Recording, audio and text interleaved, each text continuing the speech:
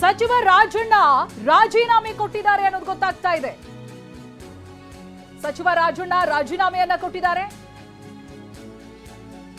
ಏನಾಗಿದೆ ಈ ಹಿಂದೆ ಈ ಬೆಳವಣಿಗೆಗಳ ಬಗ್ಗೆನೂ ಕೂಡ ನಾವು ನಿಮ್ಗೆ ಹೇಳ್ತೀವಿ.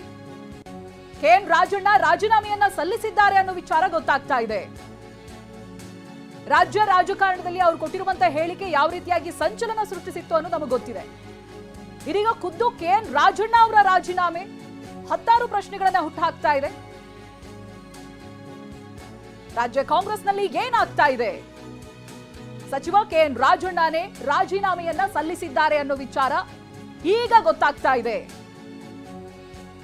ಏನೋ ಬದಲಾವಣೆಗಳಾಗ್ಬಿಡುತ್ತೆ ಅನ್ನೋದಾಗಿ ಅವರೇ ಹೇಳಿದ್ದು, ಕ್ರಾಂತಿಯ ಮಾತುಗಳನ್ನಾಡಿದ್ರು. ಈಗ ಖುದ್ದು ತಾವೇ ರಾಜೀನಾಮೆಯನ್ನ ಕೊಟ್ಟಿದ್ದಾರೆ ಕೆಎನ್ ರಾಜಣ್ಣ. ಸಚಿವ ಸ್ಥಾನಕ್ಕೆ ರಾಜಣ್ಣ ರಾಜೀನಾಮೆಯನ್ನ ಸಲ್ಲಿಕೆ ಮಾಡಿದ್ದಾರೆ. ಹೈಕಮಾಂಡ್ ಸೂಚನೆಯ ಹಿನ್ನೆಲೆಯಲ್ಲಿ ಇದೀಗ ರಾಜೀನಾಮೆಯನ್ನ ಕೊಟ್ಟಿದ್ದಾರೆ ಅನ್ನೋದು ಗೊತ್ತಾಗ್ತಾ ಇದೆ. ಹೈಕಮಾಂಡ್ ಸೂಚನೆ ಹೋಗಿದೆ ಸಚಿವ ಸ್ಥಾನಕ್ಕೆ. ಆ ಬೆನ್ನಲ್ಲೇ ರಾಜಣ್ಣ ರಾಜೀನಾಮೆಯನ್ನ ಸಲ್ಲಿಸಿದ್ದಾರೆ. ಇನ್ನು ನವೆಂಬರ್ ಬಂದೇ ಇಲ್ಲ. ಅಕ್ಟೋಬರ್ ನವೆಂಬರ್ನಲ್ಲಿ ಕ್ರಾಂತಿ ಆಗ್ಬಿಡುತ್ತೆ, ಎಲ್ಲಿ ಏನಾದ್ರೂ ಬದಲಾವಣೆಗಳಾಗಬಹುದು ಅನ್ನುವಂತ ಮಾತುಗಳನ್ನಾಡಿದ್ರು. ಈಗ ಬರ್ತಾ ಇರುವಂತ ವಿಚಾರ, ಗೊತ್ತಾಗ್ತಾ ಇರುವಂತ ವಿಚಾರ ಅಂತ ಹೇಳಿದ್ರೆ, ಹೈಕಮಾಂಡ್ ಸೂಚನೆಯ ಬೆನ್ನಲ್ಲಿ ಕೆಎನ್ ರಾಜಣ್ಣನೇ ರಾಜೀನಾಮೆಯನ್ನ ಕೊಟ್ಟಿದ್ದಾರೆ ಅಂತ. ಸೊ ಇದ್ರ ಬಗ್ಗೆ ಇನ್ನೂ ಕೂಡ ಕೆಎನ್ ರಾಜಣ್ಣ ಅವರ ಪ್ರತಿಕ್ರಿಯೆ ಲಭ್ಯ ಆಗಿಲ್ಲ. ಏನ್ ಹೇಳ್ತಾರೆ, ಏನಾಗಿತ್ತು ಅನ್ನೋದು ಗೊತ್ತಾಗಬೇಕು. ಖುದ್ದು ರಾಜಣ್ಣ ಅವರೇ ಇದ್ರ ಬಗ್ಗೆ ಕ್ಲಾರಿಫಿಕೇಶನ್ ಅನ್ನ ಕೊಡಬೇಕು. ಬಟ್ ಹೈಕಮಾಂಡ್ ಸೂಚನೆ ಹಿನ್ನೆಲೆಯಲ್ಲಿ ಇದೀಗ ರಾಜೀನಾಮೆಯನ್ನ ಸಲ್ಲಿಸಿದ್ದಾರೆ ಅನ್ನೋದು ಗೊತ್ತಾಗ್ತಾ ಇದೆ. ಗಮನಿಸಬಹುದು, ಅಂದುಕೊಂಡಿರೋದು ಒಂದು, ಇದೀಗ ಆಗ್ತಾ ಇರುವಂತ ಬೆಳವಣಿಗೆಗಳು ತದ್ವಿರುದ್ಧವಾಗಿ ಕಾಣಿಸ್ತಾ ಇದೆ. ರಾಜಣ್ಣ ಅವರು ಕೆಲ ಹೆಸರುಗಳನ್ನು ಕೂಡ ಹೇಳಿದ್ದಿದೆ. ಕ್ರಾಂತಿ ಆಗಿಬಿಡುತ್ತೆ ನೋಡಿ ಅನ್ನೋ ಮಾತುಗಳನ್ನ ಹೇಳಿದ್ರು. ಆ ಕ್ರಾಂತಿಯ ಮೇಲೆ ಮತ್ತೊಂದಿಷ್ಟು ಹೇಳಿಕೆಗಳು ಕೂಡ ಬಂತು. ವಿಪಕ್ಷಗಳು ಮಾತನಾಡಿರೋದು, ಕೆಎನ್ ರಾಜಣ್ಣ ಅವರ ಒಂದೊಂದು ಹೇಳಿಕೆಗಳು ವಿಪಕ್ಷಗಳಿಗೆ ಅಸ್ತ್ರವಾಗ್ತಾ ಹೋಯ್ತು. ಬಟ್ ಈಗ ಆಗಿರುವಂತ ಬದಲಾವಣೆ ಇದೆಯಲ್ಲ, ಕೆಎನ್ ರಾಜಣ್ಣ ಅವರೇ ರಾಜೀನಾಮೆಯನ್ನ ಸಲ್ಲಿಸಿರೋದು, ಅದು ಕೂಡ ಹೈಕಮಾಂಡ್ ನಿಂದ ಸೂಚನೆ ಬಂದಿದೆ ಅಂತ. ಈ ಹಿನ್ನೆಲೆಯಲ್ಲಿ ಕೆಎನ್ ರಾಜಣ್ಣ ರಾಜೀನಾಮೆ ಸಲ್ಲಿಕೆಯಾಗಿರೋದು ಹತ್ತಾರು ಪ್ರಶ್ನೆಗಳನ್ನ ಹುಟ್ಟಾಕ್ತಾ ಇದೆ. ಇವರ ಬೆಂಬಲಿಗರು ಏನ್ ಮಾತನಾಡ್ತಾರೆ, ಜೊತೆಗೆ ಸಿಎಂ ಸಿದ್ದರಾಮಯ್ಯ ಅವರ ರಿಯಾಕ್ಷನ್ ಏನಿರುತ್ತೆ ಈ ಬಗ್ಗೆ. ಸಚಿವ ಕೆಎನ್ ರಾಜಣ್ಣ ಈಗಾಗಲೇ ರಾಜೀನಾಮೆಯನ್ನ ಸಲ್ಲಿಸಿದ್ದಾರೆ. ಸಚಿವ ಸ್ಥಾನಕ್ಕೆ ರಾಜಣ್ಣ ರಾಜೀನಾಮೆಯನ್ನ ಸಲ್ಲಿಸಿದ್ದಾರೆ.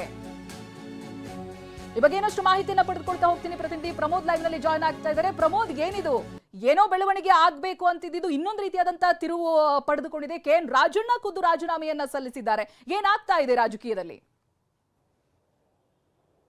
ಚೈತ್ರ, ಇನ್ನೂ ರಾಜೀನಾಮೆ ಸಲ್ಲಿಕೆ ಆಗಿಲ್ಲ, ಸಲ್ಲಿಸ್ತಾರೆ ಅನ್ನುವಂಥ ಮಾಹಿತಿ ಲಭ್ಯವಾಗ್ತಾ ಇದೆ. ಇನ್ನು ಕೆಲವೇ ಹೊತ್ತಿನಲ್ಲಿ ಮುಖ್ಯಮಂತ್ರಿಗೆ ಅಥವಾ ರಾಜ್ಯಪಾಲರಿಗೆ ರಾಜಭವನಕ್ಕೆ ತೆರಳಿ ನೇರವಾಗಿ ಸಲ್ಲಿಸುವಂಥ ಸಾಧ್ಯತೆ ಇದೆ ಅನ್ನುವಂಥ ಮಾಹಿತಿ ಕೂಡ ಲಭ್ಯವಾಗ್ತಾ ಇದೆ. ಈಗ ಬರ್ತಾ ಇರುವಂಥ ಮಾಹಿತಿ ಪ್ರಕಾರ ರಾಜಣ್ಣ ಅವರ ರಾಜೀನಾಮೆ ಪಡೆಯೋದಕ್ಕೆ ಹೈಕಮಾಂಡ್ ಕೂಡ ಸೂಚನೆ ಕೊಟ್ಟಿದೆ. ಹೈಕಮಾಂಡ್ ಸೂಚನೆ ಆಧಾರದಲ್ಲಿ ಈಗ ರಾಜೀನಾಮೆಯನ್ನು ಪಡೆಯಲಾಗ್ತಿದೆ ಅನ್ನುವಂಥ ಮಾಹಿತಿ ಲಭ್ಯವಾಗ್ತಾ ಇದೆ. ಎರಡು ವಿಚಾರ, ಒಂದು, ಮೊದಲಿಂದಲೂ ಕೂಡ ಸಾಕಷ್ಟು ನಿರಂತರವಾದಂಥ ಹೇಳಿಕೆಯನ್ನು ರಾಜಣ್ಣ ಅವರು ಕೊಡ್ತಿದ್ರು. ಅದರ ಜೊತೆಗೆ ಈಗ ರಾಹುಲ್ ಗಾಂಧಿ ಅವರ ಮತಗಳ್ಳತನ ಹೋರಾಟ ಏನಿತ್ತು, ಮತಗಳ್ಳತನ ವಿಚಾರದ ಸಂಬಂಧಪಟ್ಟಂತೆ ಕೂಡ ಮಾತನಾಡಿದ್ರು.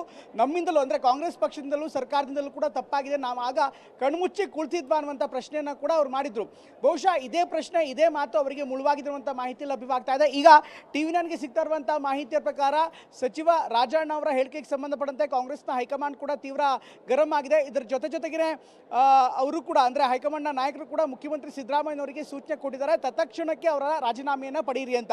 ಹೀಗಾಗಿ ಕೆಲವೇ ಹೊತ್ತಿನಲ್ಲಿ ರಾಜಣ್ಣ ಅವರ ರಾಜೀನಾಮೆಯನ್ನು ಪಡೆಯುವಂತಹ ಸಾಧ್ಯತೆ ಇದೆ. ಅಧಿಕೃತವಾಗಿ ಇನ್ನೊಂದು ಕೆಲವೇ ಹೊತ್ತಿನಲ್ಲಿ ಅವರು ರಾಜೀನಾಮೆಯನ್ನು ಕೊಡ್ತಾರೆ ಅಂತ ಹೇಳಲಾಗ್ತಾ ಇದೆ.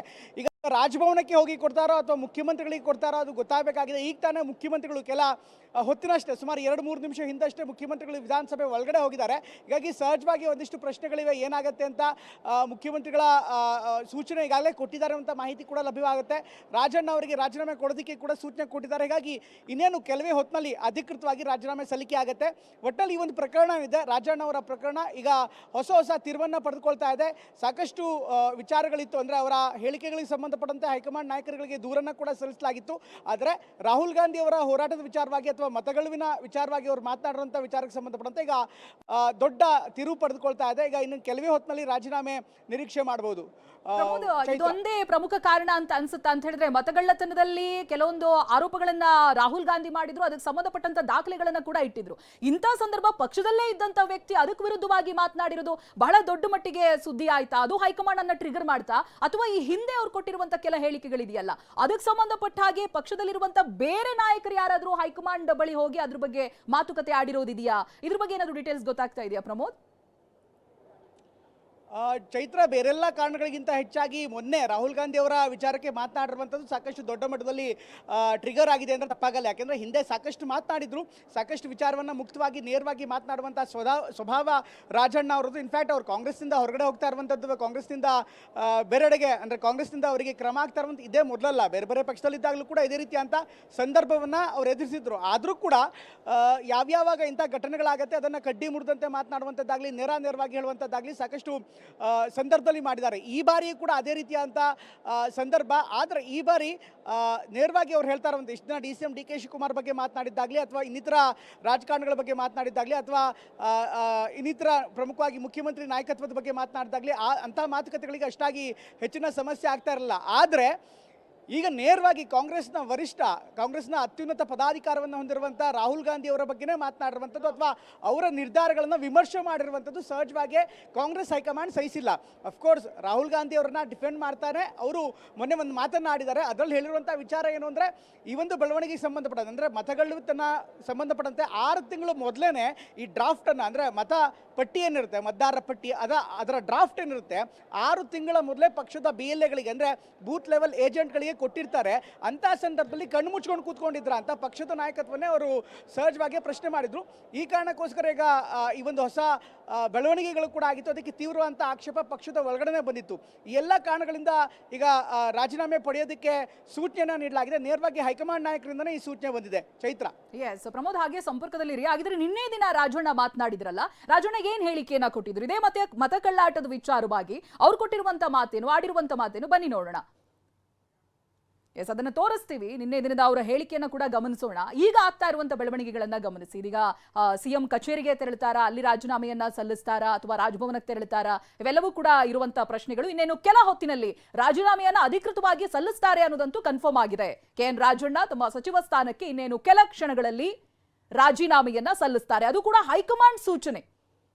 ಯಾರೋ ಹೋಗಿ ಇಲ್ಲಿಯ ಸಚಿವರು, ನಾಯಕರುಗಳು ಅವ್ರ ಹೇಳಿಕೆಗಳು ಪಕ್ಷಕ್ಕೆ ಡ್ಯಾಮೇಜ್ ಆಗ್ತಾ ಇದೆ, ಮುಜುಗರ ತರ್ತಾ ಇದೆ, ಇವನ್ನ ಹೋಗಿ ವರದಿಯನ್ನ ಒಪ್ಪಿಸಿರುವಂತದ್ದೇನು ಕಾಣಿಸ್ತಾ ಇಲ್ಲ. ಆಗ್ಲೇ ಪ್ರಮೋದ್ ಕೂಡ ಹೇಳ್ತಾ ಇದ್ರು, ಬಹಳ ಸ್ಪಷ್ಟವಾಗಿ ಕಾಣಿಸ್ತಾ ಇರೋದು ಅವ್ರು ಇತ್ತೀಚೆಗೆ ನಿನ್ನೆ ದಿನ ಕೊಟ್ಟಿರುವಂತ ಹೇಳಿಕೆ.